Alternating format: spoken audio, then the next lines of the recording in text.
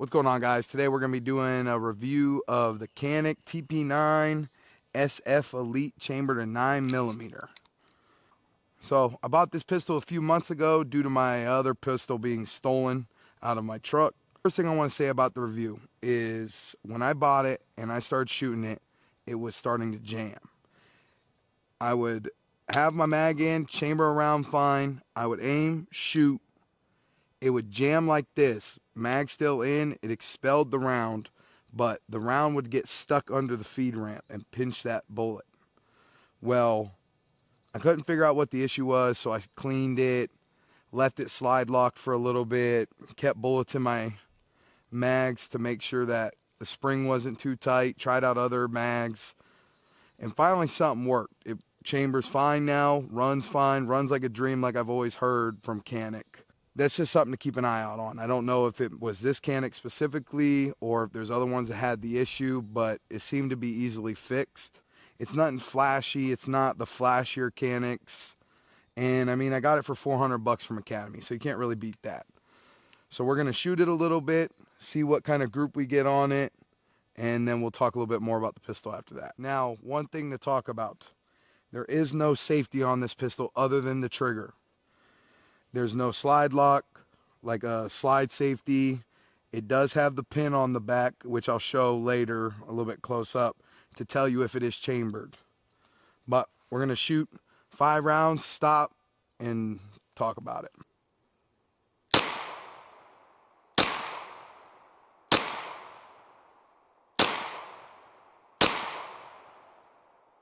All right. Felt good. Nothing to complain about. Like I said, I've shot this pistol quite a bit already. I've shot hollows through this. I've shot 115 grain ballpoint FMJ Federal. I've shot 147 grain flat point, which is, I'd imagine, it's the exact same as ballpoint, really. And it all feeds great. Never had a jam issue due to ammo. When I was having the jam issue under the feed ramp, I was shooting Blazer. I have not shot Blazer since then.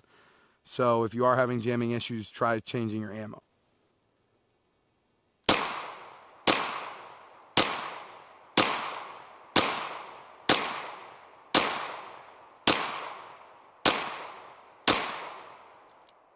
This is my target. This is my group. I wouldn't really call it a group, but this is what we're looking at.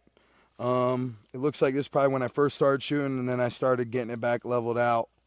So this is the gun broken down into 2 pieces. Simple, just like every other pistol. What I was talking about earlier before I shot, you got that pin when the slide is racked. It might be out of focus, we'll check it out. When the slide is racked, whether there's a round in there or not, that pin will be sticking out. So just because that pin's sticking out doesn't mean you got a bullet in the chamber. Here's the lower. It's very normal lower. I like the Canik grip. It's got good stubbling. I don't know how I feel about these squares on the front. Sometimes they bother me. But when you buy the pistol, you get some replacement back pads.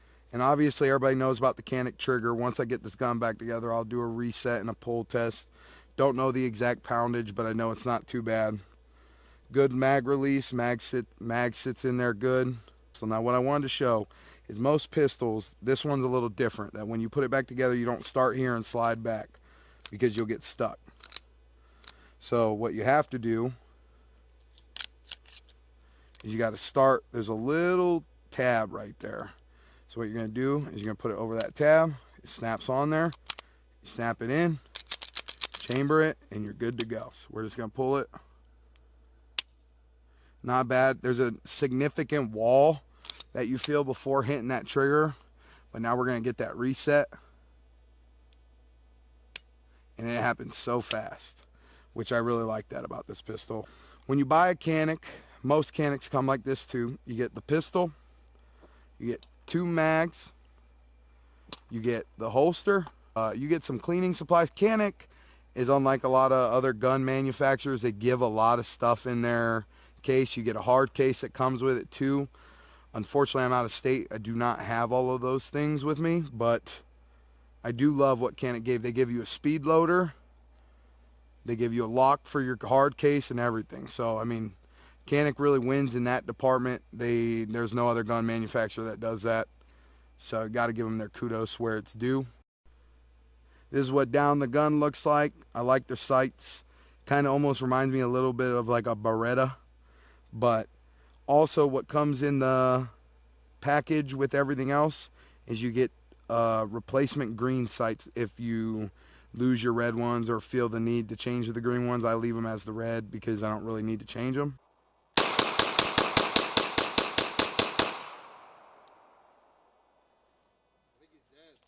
Yeah, he's definitely dead. Well, that's going to do it on today's review of the Canik TP9 SF Elite. Like I said, it's a great pistol.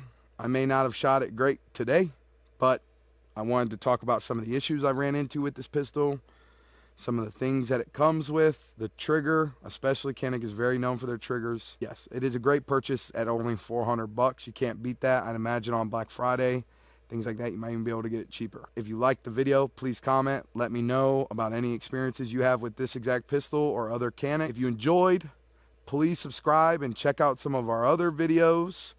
We have all types of different reviews on all types of different things, and we plan on doing more. We got hunting videos and fishing videos. Thank you very much for watching. Fuck it. That would be